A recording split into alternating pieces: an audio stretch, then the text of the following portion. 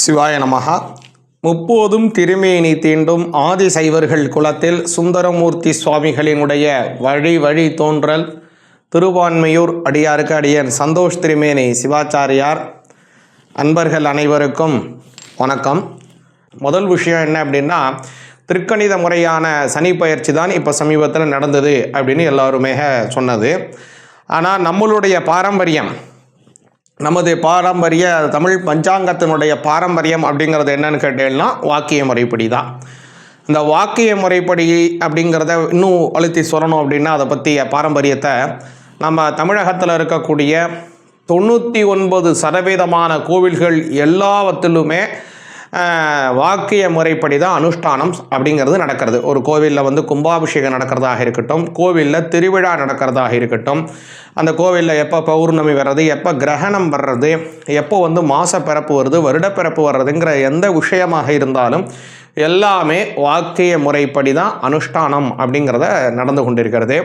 இந்த சனி பயிற்சி அப்படிங்கிறது எப்போ நடக்கிறதுனா 2026 3ஆம் மாதத்தில், அதாவது அடுத்த வருடம் மார்ச் மாதம் 6ஆம் தேதி இந்த சனி பயிற்சி நடக்கிறது. அந்த சனி பகவான் எப்போதுமே பயிர்றதுக்கு முன்னதாகவே சற்றே குறைய பார்த்தீங்கன்னா ஒரு 3 மாதங்களுக்கு முன்பாகவே அவர் அதற்கான பலன்களை கொடுக்க ஆரம்பிச்சிருவார். உங்களுடைய ஜாதகத்தில் சனி பகவான் எந்த இடத்துல இருக்காரு, இப்போ என்ன தசை புத்தி நடக்குது அப்படிங்கிறது நீங்கள் நிச்சயமாக ஒரு தடவை பார்த்துக்கொள்ள வேண்டும். அதற்கான பலன்கள் என்ன அப்படிங்கிற, பொதுவாகவே சனி பகவானுடைய பயிற்சிகள் நடக்கும் போதெல்லாம் பெரிய பெரிய ராஜாக்களாகட்டும், பெரிய பெரியவங்கள்லாம் என்ன செய்வாங்கன்னா, பெரிய மனிதர்கள் எல்லாருமே ஒரு தடவை அவங்களுடைய ஜாதகத்தை ஒரு தடவை வெரிஃபை பண்ணிப்பாங்க. அவங்க ஜாதகமாக இருக்கட்டும், குடும்ப ஜாதகத்தை எல்லாத்தையும் ஒரு தடவை வெரிஃபை பண்ணிப்பாங்க. இப்போ எப்படி இருக்குது, என்ன போயிட்டுருக்குங்கிறத. எதற்குன்னா அது எல்லாம் ஒரு விதமான படிநிலைகள். அதனால் நீங்களும் ஒரு தகுந்த ஜோதிடரிடம் உங்களுடைய ஜாதகம் அல்லது உங்களுடைய குடும்பம், முக்கியமாக இந்த அஷ்டம சனி இருக்கக்கூடியவங்க, அர்த்தாஷ்டம சனி இருக்கிறவங்க, கண்டக சனி இருக்கிறவங்க, இவங்களாம் ஒரு தடவை உங்களுடைய ஜாதகம் 7.5 சனி இருக்கிறவங்களாம் ஒரு தடவை பார்த்துக்கிறது நல்லது.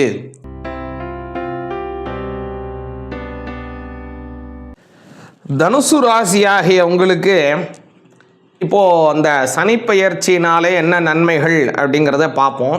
தனுசு ராசிக்காரர்களுக்கு அர்த்தாஷ்டம சனி ஆரம்பிக்கிறது. அந்த அர்த்தாஷ்டம சனினாலே அச்சோ பயப்படாதவா தனுசு ராசிக்காரா கிடையாது. இப்போ இது வரைக்கும் ஒரு தனுசு ராசிக்காரர்களுக்கு பார்த்ததெல்லாம் சனி பகவான் 3ஆம் இடத்துல இருந்தார். ஏற்கனவே கடந்த ரொம்ப வருஷத்துக்கு முன்னாடியே ஒரு 7.5 சனி முடிஞ்சிருத்து. அடுத்து விமோச்சன சனியாக 3ஆம் பாவத்தில் உட்கார்ந்தார் 2022. இப்போது 2023 உட்கார்ந்தார். இப்போ அடுத்து பார்த்தேன் அப்படின்னா 4ஆம் பாவத்தில் சனி பகவான் உட்கார்றார். இதற்கு அர்த்தாஷ்டம சனி அப்படின்னு பேர். அர்த்தாஷ்டம சனியில் சனி பகவான் இருக்கக்கூடிய காலம் அப்படிங்கிறது தனுசு ராசிக்காரர்களுக்கு ஒரு நிதானத்தை கொடுக்கக்கூடிய காலம். நிதானமாக இருக்க வேண்டிய காலமாக இருக்குது. ரொம்ப பொறுமையாக இருக்கணும். அதே மாதிரி கவனிச்சேல் அப்படின்னா, இப்போது சனி பகவானின் 4ஆம் பாவத்தில் அர்த்தாஷ்டம சனியில் இருக்கார், அதனால் இதை பண்ணுவார்னு ஒரு தண்டாகாரமாக சொல்கிறது அவ்வளோ பெரிய பலனை இருக்காது. சனி பகவான் எந்த பாவத்திற்கு உடையவர், தனுசு ராசிக்கு எந்த பாவத்துக்கு உடையவர், எதுக்கெல்லாம் ஆதிபத்தியம் கொண்டவர், இப்போ அவர் எந்த இடத்துல இருக்கார், அதுபோக அவர் இருக்கக்கூடிய வீடு யாருது, அந்த இடத்துல அவர் தன்மை என்ன, அந்த வீட்டினுடைய அதிபதி யார், அவர் எங்கே இருக்கார், அவருக்கும் தனுசு ராசிக்கு என்ன சம்பந்தம், இது எல்லாம் வச்சு பலன் சொன்னாதான் அது 100% பலனாக அமையும். ஆனால் புரிஞ்சுங்கோ. ஆகையினால தனுசு ராசிக்காரர்களுக்கு இப்போது சனி பகவான் 2ஆம் வீடு அதற்கும் 3ஆம் வீடு அதற்கும் அதிபதி. இந்த 2ஆம் வீடுங்கிறது தனஸ்தானம் அப்படின்னு பேர். தனஸ்தானம் எதையெல்லாம் குறிகாட்டுறது, எதுக்கெல்லாம் அந்த இடம் முக்கியம் அப்படின்னா, நம்ம வீட்டில் இருக்கக்கூடிய பொருளாதாரத்திற்கு தனஸ்தானம் முக்கியம். நம்மளுடைய பேச்சிற்கு முக்கியம் 2ஆம் வீடு, வாக்குஸ்தானம். இந்த 2ஆம் வீட்டுக்கே தனஸ்தானம்னு ஒரு பேர், 2ஆம் வீட்டுக்கே குடும்பஸ்தானம்னு ஒரு பேர், 2ஆம் வீட்டுக்கே வாக்குஸ்தானம் அப்படின்னு ஒரு பேர். ஆக இது எல்லாமே முக்கியத்துவம் வாய்ந்ததாக அமைகிறது. தனுசு ராசிக்காரர்களுக்கு பொதுவாகவே பார்த்தீங்கன்னா, தனுசு ராசிக்காரர்களுக்கு பேச்சு ஆற்றல் நன்னா இருக்கும். நல்ல தெளிவான பேச்சாற்றல் இருக்கும் தனுசு ராசிக்காரங்களுக்கு. அடுத்ததாக பார்த்தீங்கன்னா குருவினுடைய வீடாக அவங்களுடைய வீடாக இருக்கிறதுனால அவங்களுடைய மேல் அதிகாரி அல்லது அவங்களுக்கு தொழில் சொல்லி கொடுத்த ஒரு குரு அல்லது அவங்க வேலை செய்யக்கூடிய இடத்துல இருக்கக்கூடிய நிர்வாகம் அவங்கக்கிட்டலாம் ஒரு சுமூகமான உறவு அவங்கள்ட்ட இருக்கும். தனுசு ராசிக்காரங்களுக்கு ஒரு சுமூக உறவு இருக்கும். அவங்களுக்கும் அவங்களுடைய டியூட்டருக்காக இருக்கலாம், இல்லைனா ட்ரெயினராக இருக்கலாம், இல்லாத ஒரு குருவாக இருக்கலாம், டீச்சராக இருக்கலாம், யாரோ சரி தான். அவங்களுக்கும் தனுசு ராசிக்காரங்களுக்கும் சுமூக உறவு இருக்கும். ஆனால் இதில் இன்னொரு விஷயத்தை நீங்கள் கவனிச்சுக்கணும். அவள் படித்து கொண்டு இருக்கக்கூடிய காலத்தில் ட்ரைனிங் பீரியடில் நிறையா பிரச்சனை ஏற்படும். நிறையா என்ன இருக்கும், அந்த தனுசு ராசிக்காராளுக்கும் அவளுடைய டியூட்டருக்காகலாம், இல்லை டீச்சராக இருக்கலாம், இல்லை ட்ரெயினராக இருக்கலாம், அவளை கற்றுக் கொடுக்குறவாளுக்கும் இவருக்கும் நிறைய பிரச்சனை இருக்கும் கற்றுக்கொண்டு இருக்கக்கூடிய காலத்தில். ஆனால் கற்று முடித்து அதை நீங்கள் பிரயோகிக்கக்கூடிய காலத்தில் பார்த்தீங்கன்னா தனுசு ராசிக்காராளுக்கும் அவளுடைய மேல் அதிகாரிகளுக்கும் பயங்கரமான சுமூக உறவு இருக்கும். அதுதான் தனுசு ராசிக்காரர்களுக்கு ரொம்ப முக்கியமானது. சரியா? இப்போது தனுசு ராசிக்காரர்களுக்கு எதனால் இந்த தன்மைனா குருவினால் ஏற்படக்கூடிய 4ஆம் அதிபதி இல்லையா? இப்போது அந்த குருவினுடைய வீட்டிற்கு 2ஆம் பாவத்திற்கும் 3ஆம் பாவம் சகோதரஸ்தானம், தைரியஸ்தானம், வீரஸ்தானம், விஜயஸ்தானம், நல்ல மாற்றத்தை தரக்கூடிய ஸ்தானம். அதற்குடைய சனி பகவான் 4ஆம் பாவத்தில் இருக்கார். 4ஆம் பாவத்துங்கிறது அதாவது மாத்ருஸ்தானம். அந்த இடத்திற்கு ஆதிபத்தியம் கொண்டவர் குரு பகவான். அவர் இப்போ பார்த்தீங்கன்னா உங்களுடைய சப்தமத்தில் இருக்கார். அவரும் இப்போ அஷ்டமஸ்தானத்தில் வந்து மறைய போகிறார். ஆக இந்த காலம் உங்களுடைய ராசிநாதனும் இப்போ என்ன பண்ணுறார், மறையிற போகிறார். அப்போது முக்கியமாக வரக்கூடிய ஒரு வருட காலம் ரொம்ப முக்கியமாக கவனமாக இருக்கக்கூடிய காலமாக தனுசு ராசிக்காரர்களுக்கு அமையுது.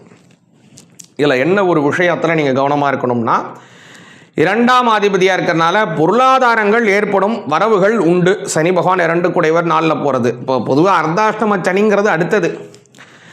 சனி பகவான் நல்லா போனால் அர்த்தாஷ்டம சனி அதெல்லாம் அடுத்த விஷயம். ஆனால் அதே சனி பகவான் தான் தனுசு ராசிக்காரர்களுக்கு பொருளாதாரத்தை கொடுக்கக்கூடியவர். அவள் வீட்டில் இருக்கக்கூடிய நிதி ஆதாரம் ஆகட்டும், வீட்டில் இருக்கக்கூடிய பொன்பொருள் ஆபரணமாகட்டும், அதே மாதிரி வீட்டில் இருக்கக்கூடிய பொருட்கள், அதாவது சமையல் பொருளாகட்டும், வீட்டில் இருக்கக்கூடிய எந்த வஸ்துக்கள் ஆகட்டும், வீட்டில் இருக்கக்கூடிய உபகரண பொருட்கள், மின் உபகரணம் எதுவாக இருந்தாலும் அதுக்கு தனுசு ராசிக்காரர்களுக்கு அதுக்கு அதிகாரியாக இருக்கிறவர் யாருன்னா சனி பகவான் தான். சனி பகவானை ஒன்று இது பண்ணாமல் வீட்டுக்குள்ளே ஒன்றும் பண்ண முடியாது, அக்செப்ட் பண்ணாமல். அதே மாதிரி சனி பகவான் ரிஜெக்ட் பண்ணக்கூடிய ஒரு விஷயத்தை உங்கள் வீட்டில் கொண்டும் வர முடியாது தனுசு ராசிக்காரங்க. அப்போது இப்போ ஏற்பட்ட அதிகாரியாக இருக்கக்கூடிய தனுசு ராசிக்காரர்களுக்கு உண்ட சனி பகவான் இப்போது 4ஆம் பாவத்தில் இருக்கிறதுனால 2 கூடையவர் 4க்கு 4ஆம் பாவத்துக்கு போகிறது நல்லது. வீட்டினுடைய நிதி ஆதாரம் உயரும், வீட்டுக்கான வருகைகள் ஏற்படும், பொருள் வளவுகள் ஏற்படும். அது நீங்கள் புரிஞ்சுக்கலாம். அர்த்தாஷ்டம சனிங்கிறதுனால உங்களுக்கு ஒரு சில அவப்பெயர்கள் ஏற்படுவதற்கான வாய்ப்பு இருக்கலாம். அதே மாதிரி ஒரு சிலருக்கு பார்த்தேன்னா 6ஆம் இடம், அதாவது இந்த இடத்த, அதாவது இந்த தனுசு ராசிக்கு 6ஆம் இடத்தை சனியினுடைய பார்வை இருக்கிறதுனால கடன் சுமை குறையும். ஒரு சிலருக்கு பார்த்தேன்னா இந்த கடன்கிறது இப்போது கூட வட்டி கொடுத்துட்டுருக்கேன் அப்படின்னு நீங்கள் நினச்சேன்னா அந்த வட்டியாகப்பட்டது கம்மியான வட்டிக்காக மாறும். அதுவும் ஒரு நல்லது தான். வட்டியில் ஒரு சுமை குறையிறச்ச 1% குறைஞ்சா போகிறோம், அது பெரிய லட்சங்களில் உங்களுடைய கொடுக்க வேண்டிய பணத்தை குறைக்கும் இல்லையா? இப்போ அதே மாதிரி தான் உங்களுடைய வட்டி விகிதம் குறையக்கூடிய வாய்ப்பையும் இது ஏற்படுத்தலாம். 3ஆம் பாவம் பார்வையாக சனி பகவான் உங்களது 6ஆம் வீட்டை பார்ப்பதனாலே. அடுத்ததாக உங்களுடைய 10ஆம் வீட்டை சனி பகவான் பார்க்கிறார். இந்த 10ஆம் வீட்டை பார்க்கறது தான் நல்லது. உங்களுக்குன்னு இருக்கக்கூடிய தொழில் போட்டிகள் அதில் இருக்கும், நிறையா இருக்கும். ஆனால் வெற்றி பெறுவேள். தொழில் போட்டி இருக்குமா? நிச்சயமாக இருக்கும், சர்வ நிச்சயமாக இருக்கும். ஆனால் என்ன நடக்கும்? அதில் வெற்றி பெறுவீர்கள். புரியுதா உங்களுக்கு? அடுத்ததாக தனுசு ராசிக்காரர்களுக்கு ராசியவே பார்க்கிறார் சனி பகவான். 10ஆம் பார்வையாக உங்களையே பார்க்கிறார். அதனால் என்ன இருக்குன்னா சில கஷ்டங்கள் எல்லாம் இருந்தாலும் கூட அதையெல்லாம் ஓவர் கம் பண்ணி நீங்கள் ஒரு தன்னம்பிக்கையுடன், செயல் ஆற்றலுடன், உத்வேகத்துடன், உற்சாகத்துடன் செயல்படுவீர்கள். அதுதான் ரொம்ப முக்கியம். இவ்வளோலாம் சொல்லிட்டாங்க, இதெல்லாம் பண்ணிட்டாங்களே, நீங்கள் முடங்கி உட்கார மாட்டீங்க. என்ன பண்ண போறீங்க? முன்பை விட இன்னும் அதீத ஆற்றலுடன் அதை நீங்கள் உங்களுடைய திறமை, உங்களுடைய விஷயம் என்னவோ அதை வெளிப்படுத்தி நீங்கள் செய்து கொண்டே இருப்பீங்க. உங்கள் வேலை என்னவோ அதை நீங்கள் பார்த்துட்டு போயிட்டே இருக்க போறீங்க. அது உங்களுக்கு ஒரு பெரிய ப்ளஸ்ஸாக அமையுது.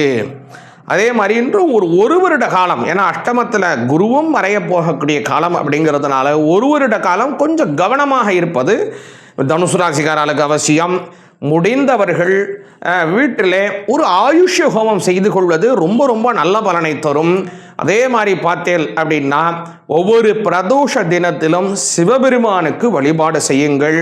அதே மாதிரி திருவண்ணாமலை சென்று கிரிவலம் செய்யுங்கள். ரொம்ப நல்ல பலனை உங்களுக்கு இறைவன் வழங்குவார். அதே மாதிரி ஏற்கனவே உங்களுக்கு ஒரு 7.5 முடிஞ்சிருச்சு. இந்த தனுசு ராசிக்காரங்களுக்கு 7.5 முடிஞ்சிருச்சு. இந்த 7.5 அப்படின்னு சொல்லும் போதே உங்களுக்கு என்ன ஒரு விஷயம் ஞாபகம் வச்சுக்கணும்னா, முதல்ல வரக்கூடியது 2, இதில் 2வது வர்றது, 3வது வர்றதுன்னு நிறையா இருக்குது. இதில் எந்த விதமான 7.5ங்கிறது உங்களுக்கு நான் சொல்கிறேன், பொறுமையாக சொல்கிறேன். அதனால் அந்த 7.5 முடிஞ்சிருச்சுங்கிறத நீங்கள் நினைவு வச்சுக்கலாம். இப்போ அர்த்தாஷ்டம சனி தாண்டிடுச்சு அப்படின்னா மேலும் உங்களுக்கு நல்ல பலன் என்று ஒரு வருட காலம் கொஞ்சம் பொறுமையாக இருப்பது தனுசு ராசிக்காரங்களுக்கு நன்மையை தரும். சிவபெருமான் வழிபாடு அதீத நன்மையை உங்களுக்கு பெற்றுத்தரும். சிவாய நமஹ.